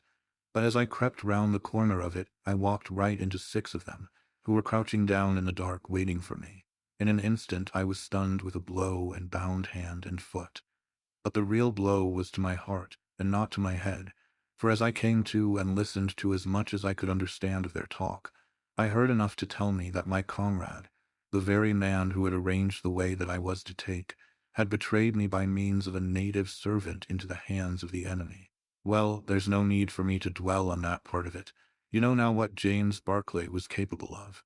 Bertie was relieved by Neil next day, but the rebels took me away with them in their retreat, and it was many a long year before ever I saw a white face again. I was tortured and tried to get away, and was captured and tortured again. You can see for yourselves the state in which I was left. Some of them that fled into Nepal took me with them, and then afterwards I was up past Darjeeling. The hill folk up there murdered the rebels who had me, and I became their slave for a time until I escaped. But instead of going south, I had to go north, until I found myself among the Afghans. There I wandered about for many a year, and at last came back to the Punjab, where I lived mostly among the natives, and picked up a living by the conjuring tricks that I had learned. What use was it for me, a wretched cripple, to go back to England or to make myself known to my old comrades? Even my wish for revenge would not make me do that. I had rather that Nancy and my old pals should think of Harry Wood as having died with a straight back, than see him living and crawling with a stick like a chimpanzee. They never doubted that I was dead, and I meant that they never should. I heard that Barclay had married Nancy, and that he was rising rapidly in the regiment, but even that did not make me speak. But when one gets old, one has a longing for home. For years I've been dreaming of the bright green fields and the hedges of England. At last I determined to see them before I died. I saved enough to bring me across, and then I came here where the soldiers are, for I know their ways and how to amuse them and so earn enough to keep me. Your narrative is most interesting, said Sherlock Holmes. I have already heard of your meeting with Mrs. Barclay, and your mutual recognition. You then, as I understand, followed her home and saw through the window an altercation between her husband and her, in which she doubtless cast his conduct to you in his teeth. Your own feelings overcame you, and you ran across the lawn and broke in upon them. I did, sir, and at the sight of me he looked as I have never seen a man look before, and over he went with his head on the fender. But he was dead before he fell. I read death on his face as plain as I can read that text over the fire. The bare sight of me was like a bullet through his guilty heart. And then Nancy fainted, and I caught up the key of the door from her hand, intending to unlock it and get help. But as I was doing it, it seemed to me better to leave it alone and get away, for the thing might look black against me, and anyway my secret would be out if I were taken. In my haste I thrust the key into my pocket and dropped my stick while I was chasing Teddy, who had run up the curtain. When I got him into his box from which he had slipped, I was off as fast as I could run. "Who's Teddy?" asked Holmes. The man leaned over and pulled up the front of a kind of hutch in the corner. In an instant out there slipped a beautiful reddish-brown creature, thin and lithe, with the legs of a stoat, a long, thin nose, and a pair of the finest red eyes that ever I saw in an animal's head. "It's a mongoose," I cried. "Well, some call them that and some call them ichneumon," said the man. "Snake catcher is what I call them, and Teddy is amazing quick on cobras. I have one here without the fangs, and Teddy catches it every night to please the folk in the canteen. Any other point, sir? Well, we may have to apply to you again if Mrs. Barclay should prove to be in serious trouble. In that case, of course, I'd come forward. But if not, there is no object in raking up this scandal against a dead man, foully as he has acted. You have at least the satisfaction of knowing that for 30 years of his life, his conscience bitterly reproached him for this wicked deed. Ah, there goes Major Murphy on the other side of the street. Goodbye, Wood. I want to learn if anything has happened since yesterday. We were in time to overtake the Major before he reached the corner. Ah, Holmes, he said, I suppose you have heard that all this fuss has come to nothing. What then? The inquest is just over. The medical evidence showed conclusively that death was due to apoplexy. You see, it was quite a simple case after all. Oh, remarkably superficial, said Holmes, smiling. Come, Watson, I don't think we shall be wanted in Aldershot any more. There's one thing, said I, as we walked down to the station. If the husband's name was James, and the other was Henry, what was this talk about David? That one word, my dear Watson, should have told me the whole story had I been the ideal reasoner which you are so fond of depicting. It was evidently a term of reproach. Of reproach? Yes, David strayed a little occasionally, you know, and on one occasion in the same direction as Sergeant James Barclay. You remember the small affair of Uriah and Bathsheba. My biblical knowledge is a trifle rusty, I fear, but you will find the story in the 1st or 2nd of Samuel. The resident patient. In glancing over the somewhat incoherent series of memoirs with which I have endeavored to illustrate a few of the mental peculiarities of my friend Mr. Sherlock Holmes, I have been struck by the difficulty which I have experienced in picking out examples which shall in every way answer my purpose. For in those cases in which Holmes has performed some tour de force of analytical reasoning, and has demonstrated the value of his peculiar methods of investigation, the facts themselves have often been so slight or so commonplace that I could not feel justified in laying them before the public.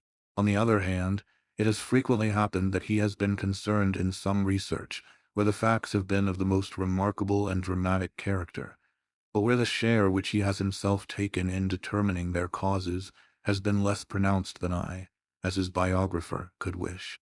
The small matter which I have chronicled under the heading of A Study in Scarlet, and that other later one connected with the loss of the Gloria Scott, may serve as examples of this Scylla and Charybdis which are forever threatening the historian.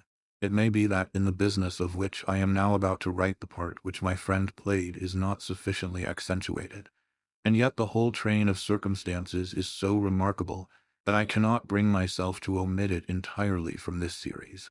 I cannot be sure of the exact date, for some of my memoranda upon the matter have been mislaid, but it must have been towards the end of the first year during which Holmes and I shared chambers in Baker Street.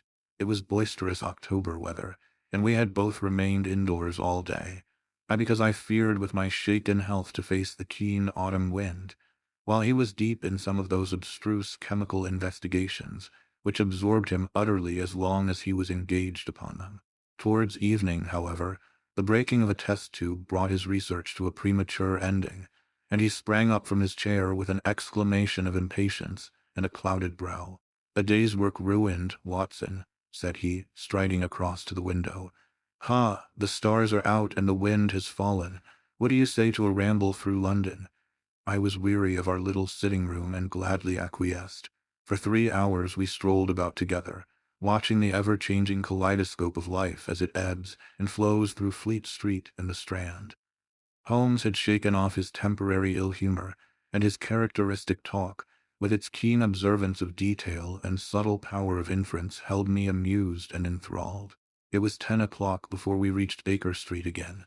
A brougham was waiting at our door. "The doctor's general practitioner, I perceive," said Holmes. "Not been long in practice, but has had a good deal to do. Come to consult us, I fancy. Lucky we came back." I was sufficiently conversant with Holmes's methods to be able to follow his reasoning, and to see that the nature and state of the various medical instruments in the wicker basket, which hung in the lamplight inside the brougham, had given him the data for his swift deduction. The light in our window above showed that this late visit was indeed intended for us. With some curiosity as to what could have sent a brother medico to us at such an hour, I followed Holmes into our sanctum. A pale, taper-faced man with sandy whiskers rose up from a chair by the fire as we entered. His age may not have been more than 3 or 34, but his haggard expression and unhealthy hue told of a life which has sapped his strength and robbed him of his youth. His manner was nervous and shy, like that of a sensitive gentleman, and the thin white hand which he laid on the mantelpiece as he rose was that of an artist rather than of a surgeon. His dress was quiet and somber, a black frock coat, dark trousers, and a touch of color about his necktie. "Good evening, doctor," said Holmes cheerily. "I am glad to see that you have only been waiting a very few minutes. You spoke to my coachman, then?" "No, it was the candle on the side table that told me. Pray resume your seat, and let me know how I can serve you." "My name is Dr. Percy Trevelyan," said our visitor, "and I live at 403 Brook Street." "Are you not the author of a monograph upon obscure nervous lesions?" I asked. His pale cheeks flushed with pleasure at hearing that his work was known to me. "I so seldom hear of the work that I thought it was quite dead," said he. "My publishers gave me a most discouraging account of its sale. You are yourself, I presume, a medical man." "A retired army surgeon. My own hobby has always been nervous disease. I should wish to make it an absolute specialty, but of course, a man must take what he can get at first. This, however, is beside the question, Mr. Sherlock Holmes, and I quite appreciate how valuable your time is. The fact is that a very singular train of events has occurred recently at my house in Brook Street, and tonight they came to such a head that I felt it was quite impossible for me to wait another hour before asking for your advice and assistance." Sherlock Holmes sat down and lit his pipe. "You are very welcome to both," said he. "Pray let me have a detailed account of what the circumstances are which have disturbed you." "One or two of them are so trivial," said Dr. Trevelyan, "that really I am almost ashamed to mention them. But the matter is so inexplicable, and the recent turn which it has taken is so elaborate, that I shall lay it all before you, and you shall judge what is essential and what is not. I am compelled, to begin with, to say something of my own college career.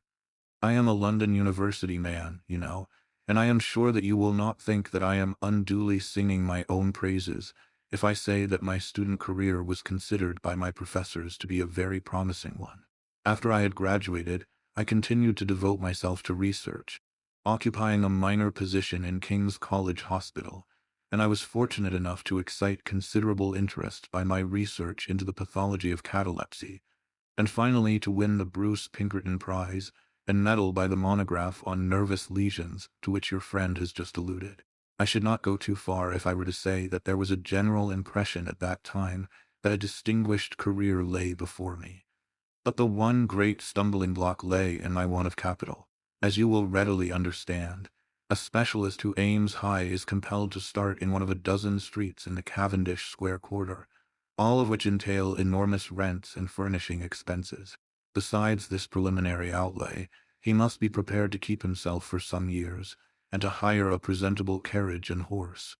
To do this was quite beyond my power, and I could only hope that by economy I might in 10 years' time save enough to enable me to put up my plate. Suddenly, however, an unexpected incident opened up quite a new prospect to me. This was a visit from a gentleman of the name of Blessington, who was a complete stranger to me. He came up to my room one morning, and plunged into business in an instant. "You are the same Percy Trevelyan who has had so distinguished a career and won a great prize lately," said he. I bowed. "Answer me frankly," he continued, "for you will find it to your interest to do so. You have all the cleverness which makes a successful man. Have you the tact?" I could not help smiling at the abruptness of the question. "I trust that I have my share," I said. "Any bad habits, not drawn towards drink, eh?" "Really, sir," I cried. "Quite right, that's all right, but I was bound to ask. With all these qualities, why are you not in practice?" I shrugged my shoulders. "Come, come," said he in his bustling way. "It's the old story, more in your brains than in your pocket, eh? What would you say if I were to start you in Brook Street?" I stared at him in astonishment. "Oh, it's for my sake, not for yours," he cried. "I'll be perfectly frank with you, and if it suits you it will suit me very well. I have a few thousands to invest, do you see, and I think I'll sink them in you." "But why?" I gasped. "Well, it's just like any other speculation and safer than most. What am I to do, then?" "I'll tell you. I'll take the house, furnish it, pay the maids, and run the whole place. All you have to do is just to wear out your chair in the consulting room. I'll let you have pocket money and everything. Then you hand over to me 3/4 of what you earn, and you keep the other quarter for yourself." This was the strange proposal, Mr. Holmes, with which the man Blessington approached me. I won't weary you with the account of how we bargained and negotiated. It ended in my moving into the house next Lady Day, and starting in practice on very much the same conditions as he had suggested. He came himself to live with me in the character of a resident patient. His heart was weak, it appears, and he needed constant medical supervision. He turned the two best rooms of the first floor into a sitting room and bedroom for himself. He was a man of singular habits, shunning company and very seldom going out. His life was irregular, but in one respect he was regularity itself. Every evening at the same hour he walked into the consulting room, examined the books, put down 5 and 3 pence for every guinea that I had earned, and carried the rest off to the strong-box in his own room. I may say with confidence that he never had occasion to regret his speculation. From the first it was a success. A few good cases, and the reputation which I had won in the hospital, brought me rapidly to the front, and during the last few years I have made him a rich man. So much, Mr. Holmes, for my past history and my relations with Mr. Blessington. It only remains for me now to tell you what has occurred to bring me here tonight. Some weeks ago Mr. Blessington came down to me in, as it seemed to me, a state of considerable agitation.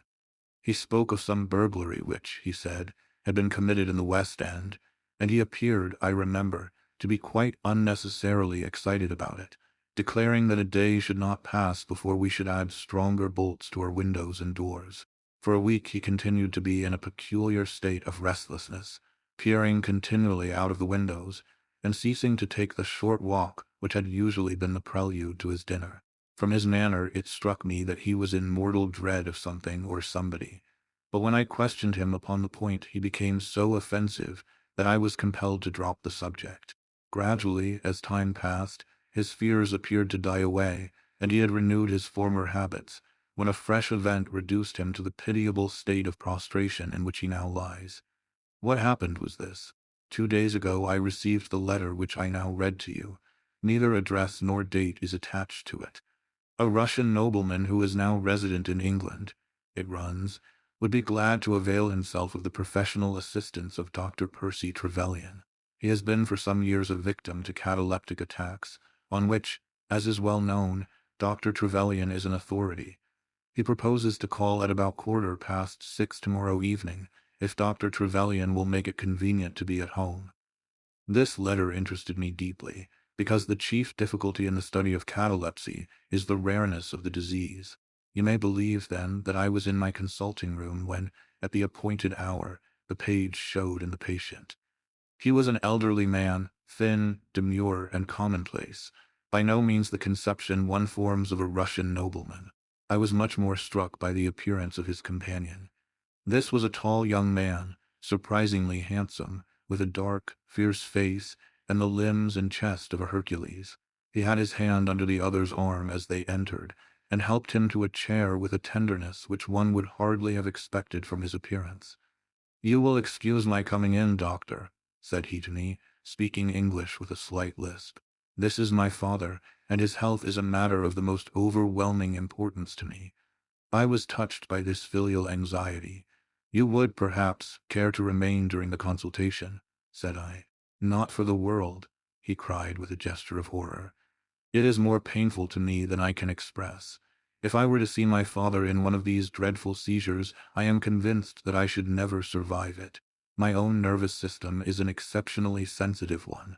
With your permission, I will remain in the waiting room while you go into my father's case." To this, of course, I assented, and the young man withdrew. The patient and I then plunged into a discussion of his case, of which I took exhaustive notes. He was not remarkable for intelligence, and his answers were frequently obscure, which I attributed to his limited acquaintance with our language. Suddenly, however, as I sat writing, he ceased to give any answer at all to my inquiries, and on my turning towards him I was shocked to see that he was sitting bolt upright in his chair, staring at me with a perfectly blank and rigid face. He was again in the grip of his mysterious malady. My first feeling, as I have just said, was one of pity and horror.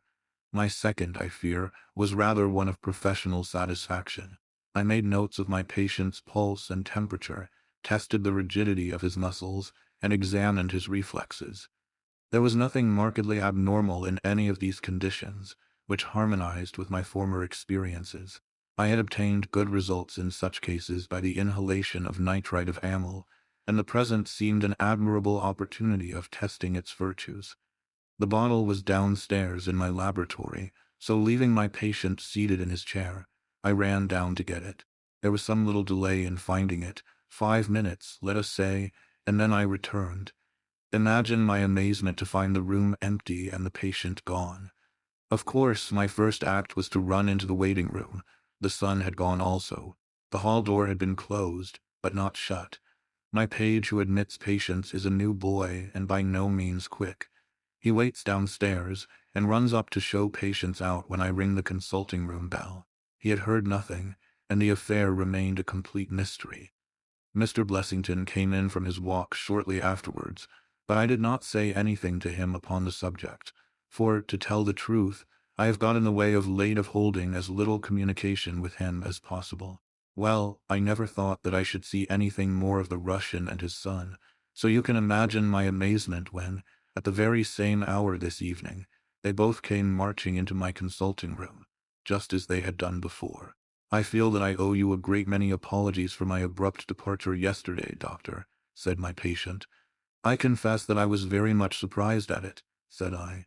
Well, the fact is, he remarked, that when I recover from these attacks my mind is always very clouded as to all that has gone before. I woke up in a strange room, as it seemed to me, and made my way out into the street in a sort of dazed way when you were absent.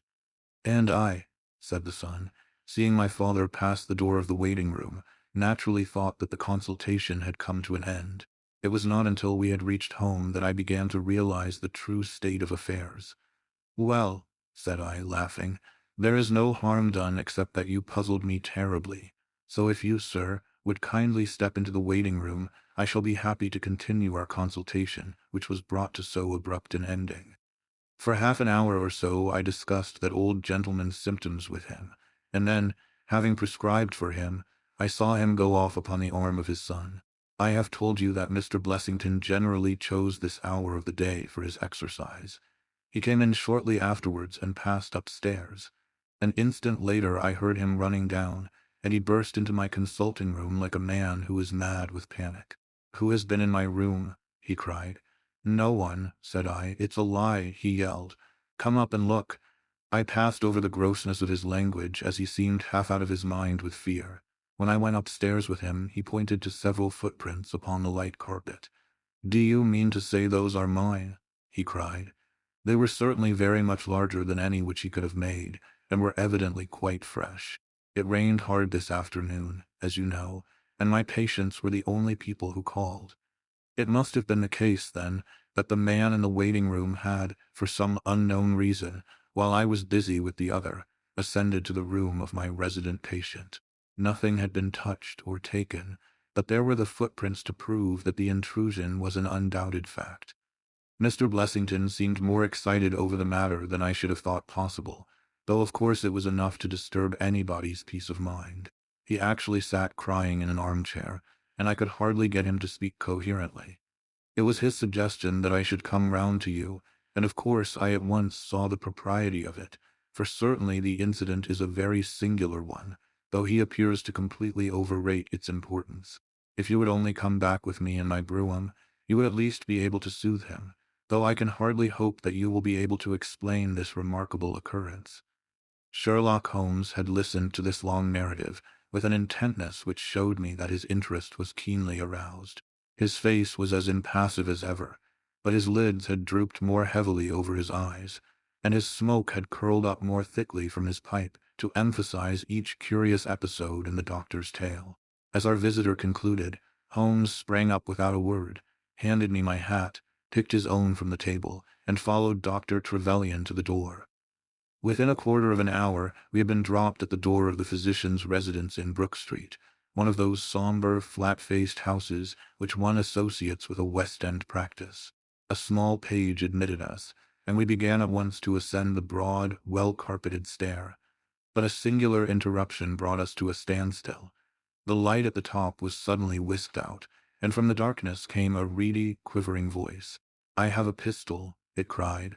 I give you my word that I'll fire if you come any nearer." "This really grows outrageous, Mr. Blessington," cried Dr. Trevelyan. "Oh, then it is you, doctor," said the voice, with a great heave of relief. "But those other gentlemen, are they what they pretend to be?" We were conscious of a long scrutiny out of the darkness.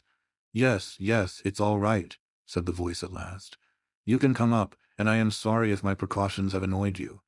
He relit the stair gas as he spoke, and we saw before us a singular-looking man, whose appearance, as well as his voice, testified to his jangled nerves. He was very fat, but had apparently at some time been much fatter, so that the skin hung about his face in loose pouches, like the cheeks of a bloodhound. He was of a sickly color, and his thin, sandy hair seemed to bristle up with the intensity of his emotion. In his hand he held a pistol, but he thrust it into his pocket as we advanced. "Good evening, Mr. Holmes," said he. "I am sure I am very much obliged to you for coming round. No one ever needed your advice more than I do. I suppose that Dr. Trevelyan has told you of this most unwarrantable intrusion into my rooms." "Quite so," said Holmes. "Who are these two men, Mr. Blessington, and why do they wish to molest you?" "Well, well," said the resident patient, in a nervous fashion, "of course it is hard to say that. You can hardly expect me to answer that, Mr. Holmes. Do you mean that you don't know? Come in here, if you please. Just have the kindness to step in here." He led the way into his bedroom, which was large and comfortably furnished. "You see that?" said he, pointing to a big black box at the end of his bed. "I have never been a very rich man, Mr. Holmes, never made but one investment in my life, as Dr. Trevelyan would tell you. But I don't believe in bankers. I would never trust a banker, Mr. Holmes. Between ourselves, what little I have is in that box, so you can understand what it means to me when unknown people force themselves into my rooms." Holmes looked at Blessington in his questioning way and shook his head. "I cannot possibly advise you if you try to deceive me," said he, "but I have told you everything." Holmes turned on his heel with a gesture of disgust. "Good night, Dr. Trevelyan," said he. "And no advice for me," cried Blessington in a breaking voice. "My advice to you, sir, is to speak the truth." A minute later we were in the street and walking for home. We had crossed Oxford Street and were halfway down Harley Street before I could get a word from my companion. "Sorry to bring you out on such a fool's errand, Watson," he said at last. "It is an interesting case, too, at the bottom of it." "I can make little of it," I confessed. "Well, it is quite evident that there are two men, more perhaps, but at least two, who are determined for some reason to get at this fellow Blessington. I have no doubt in my mind that both on the first and on the second occasion that young man penetrated to Blessington's room, while his confederate, by an ingenious device, kept the doctor from interfering. And the catalepsy? A fraudulent imitation, Watson, though I should hardly dare to hint as much to our specialist. It is a very easy complaint to imitate. I have done it myself. And then, by the purest chance, Blessington was out on each occasion.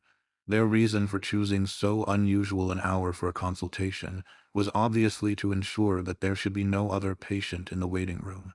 It just happened, however, that this hour coincided with Blessington's constitutional, which seems to show that they were not very well acquainted with his daily routine.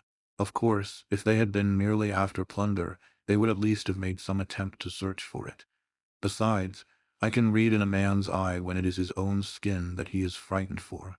It is inconceivable that this fellow could have made two such vindictive enemies as these appear to be without knowing of it. I hold it, therefore, to be certain that he does know who these men are, and that, for reasons of his own, he suppresses it. It is just possible that tomorrow may find him in a more communicative mood. "Is there not one alternative?" I suggested. "Grotesquely improbable, no doubt, but still just conceivable. Might the whole story of the cataleptic Russian and his son be a concoction of Dr. Trevelyan's, who has, for his own purposes, been in Blessington's rooms?" I saw in the gaslight that Holmes wore an amused smile at this brilliant departure of mine.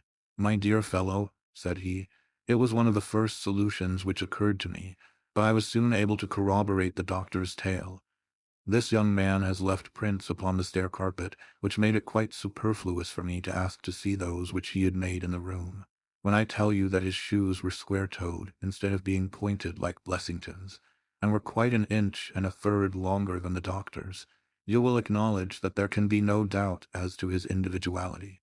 But we may sleep on it now, for I shall be surprised if we do not hear something further from Brook Street in the morning."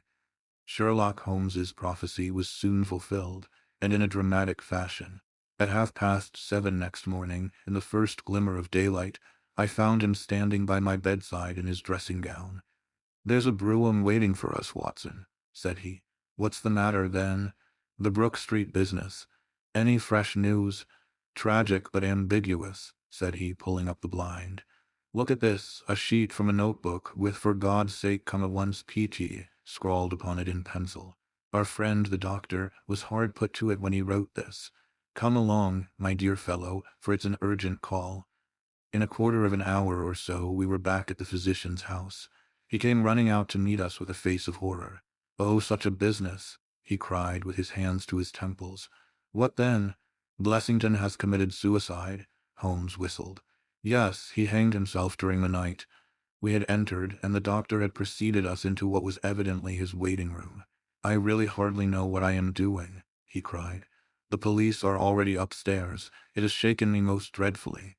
"When did you find it out?" "He has a cup of tea taken in to him early every morning. When the maid entered, about 7, there the unfortunate fellow was hanging in the middle of the room. He had tied his cord to the hook on which the heavy lamp used to hang, and he had jumped off from the top of the very box that he showed us yesterday." Holmes stood for a moment in deep thought. "With your permission," said he at last, "I should like to go upstairs and look into the matter." We both ascended, followed by the doctor. It was a dreadful sight which met us as we entered the bedroom door. I have spoken of the impression of flabbiness which this man Blessington conveyed. As he dangled from the hook, it was exaggerated and intensified until he was scarce human in his appearance. The neck was drawn out like a plucked chicken's, making the rest of him seem the more obese and unnatural by the contrast. He was clad only in his long night-dress, and his swollen ankles and ungainly feet protruded starkly from beneath it. Beside him stood a smart-looking police inspector, who was taking notes in a pocket-book. "Ah, Mr. Holmes," said he heartily, as my friend entered, "I am delighted to see you." "Good morning, Lanner," answered Holmes. "You won't think me an intruder, I am sure. Have you heard of the events which led up to this affair?" "Yes, I heard something of them." "Have you formed any opinion?" "As far as I can see, the man has been driven out of his senses by fright. The bed has been well slept in, you see. There's his impression deep enough. It's about 5 in the morning, you know, that suicides are most common. That would be about his time for hanging himself. It seems to have been a very deliberate affair." "I should say that he has been dead about 3 hours, judging by the rigidity of the muscles," said I. "Noticed anything peculiar about the room?" asked Holmes. "Found a screwdriver and some screws on the wash-hand stand. Seems to have smoked heavily during the night, too. Here are 4 cigar ends that I picked out of the fireplace." Said Holmes. "Have you got his cigar holder?" "No, I have seen none." "His cigar case, then?" "Yes, it was in his coat pocket." Holmes opened it and smelled the single cigar which it contained. "Oh, this is a Havana, and these others are cigars of the peculiar sort which are imported by the Dutch from their East Indian colonies. They are usually wrapped in straw, you know, and are thinner for their length than any other brand." He picked up the 4 ends and examined them with his pocket lens. "2 of these have been smoked from a holder and 2 without," said he. "2 have been cut by a not very sharp knife, and 2 have had the ends bitten off by a set of excellent teeth. This is no suicide, Mr. Lanner. It is a very deeply planned and cold-blooded murder." "Impossible," cried the inspector. "And why? Why should anyone murder a man in so clumsy a fashion as by hanging him? That is what we have to find out. How could they get in? Through the front door. It was barred in the morning. Then it was barred after them. How do you know? I saw their traces. Excuse me a moment, and I may be able to give you some further information about it." He went over to the door, and turning the lock he examined it in his methodical way. Then he took out the key, which was on the inside, and inspected that also. The bed, the carpet, the chairs, the mantelpiece, the dead body, and the rope were each in turn examined, until at last he professed himself satisfied, and with my aid and that of the inspector cut down the wretched object and laid it reverently under a sheet. "How about this rope?" he asked. "It is cut off this," said Dr. Trevelyan, drawing a large coil from under the bed. He was morbidly nervous of fire and always kept this beside him, so that he might escape by the window in case the stairs were burning. That must have saved them trouble, said Holmes thoughtfully. Yes, the actual facts are very plain, and I shall be surprised if by the afternoon I cannot give you the reasons for them as well.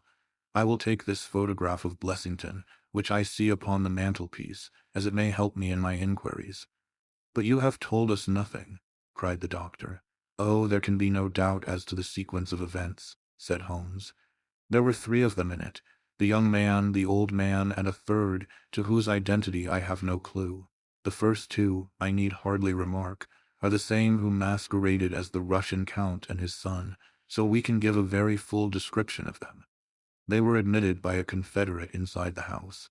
If I might offer you a word of advice, Inspector, it would be to arrest the page, who, as I understand, has only recently come into your service, Doctor. The young imp cannot be found, said Dr. Trevelyan. The maid and the cook have just been searching for him. Holmes shrugged his shoulders. He has played a not unimportant part in this drama, said he. The 3 men having ascended the stairs, which they did on tiptoe, the elder man first, the younger man second, and the unknown man in the rear. My dear Holmes, I ejaculated. Oh, there could be no question as to the superimposing of the footmarks. I had the advantage of learning which was which last night. They ascended, then, to Mr. Blessington's room, the door of which they found to be locked. With the help of a wire, however, they forced round the key. Even without the lens you will perceive, by the scratches on this ward, where the pressure was applied. On entering the room, their first proceeding must have been to gag Mr. Blessington. He may have been asleep, or he may have been so paralyzed with terror as to have been unable to cry out. These walls are thick, and it is conceivable that his shriek, if he had time to utter one, was unheard. Having secured him, it is evident to me that a consultation of some sort was held. Probably it was something in the nature of a judicial proceeding. It must have lasted for some time, for it was then that these cigars were smoked. The older man sat in that wicker chair. It was he who used the cigar holder. The younger man sat over yonder. He knocked his ash off against the chest of drawers. The third fellow paced up and down. Blessington, I think, sat upright in the bed, but of that I cannot be absolutely certain. Well, it ended by their taking Blessington and hanging him. The matter was so prearranged that it is my belief that they brought with them some sort of block or pulley which might serve as a gallows. That screwdriver and those screws were, as I conceive, for fixing it up. Seeing the hook, however, they naturally saved themselves the trouble. Having finished their work, they made off, and the door was barred behind them by their confederate. We had all listened with the deepest interest to this sketch of the night's doings, which Holmes had deduced from signs so subtle and minute that, even when he had pointed them out to us, we could scarcely follow him in his reasoning. The inspector hurried away on the instant to make inquiries about the page, while Holmes and I returned to Baker Street for breakfast. "I'll be back by 3, said he, when we had finished our meal. "Both the inspector and the doctor will meet me here at that hour, and I hope by that time to have cleared up any little obscurity which the case may still present." Our visitors arrived at the appointed time, but it was 3:15 before my friend put in an appearance. From his expression as he entered, however, I could see that all had gone well with him. "Any news, Inspector?" "We have got the boys, sir." "Excellent, and I have got the men." "You have got them," we cried, all 3. "Well, at least I have got their identity. This so-called Blessington is, as I expected, well known at headquarters, and so are his assailants. Their names are Biddle, Hayward, and Moffat." "The Worthington Bank gang," cried the inspector. "Precisely," said Holmes. "Then Blessington must have been Sutton." "Exactly," said Holmes. "Why, that makes it as clear as crystal," said the inspector. But Trevelyan and I looked at each other in bewilderment. "You must surely remember the great Worthington Bank business," said Holmes. 5 men were in it, these 4 and a 5th called Cartwright. Tobin, the caretaker, was murdered, and the thieves got away with £7,000. This was in 1875. They were all 5 arrested, but the evidence against them was by no means conclusive. This Blessington or Sutton, who was the worst of the gang, turned informer. On his evidence, Cartwright was hanged, and the other 3 got 15 years apiece. When they got out the other day, which was some years before their full term, they set themselves, as you perceive, to hunt down the traitor and to avenge the death of their comrade upon him. Twice they tried to get at him and failed. A third time, you see, it came off. Is there anything further which I can explain, Dr. Trevelyan? I think you have made it all remarkably clear, said the doctor. No doubt the day on which he was perturbed was the day when he had seen of their release in the newspapers. Quite so. His talk about a burglary was the merest blind. But why could he not tell you this?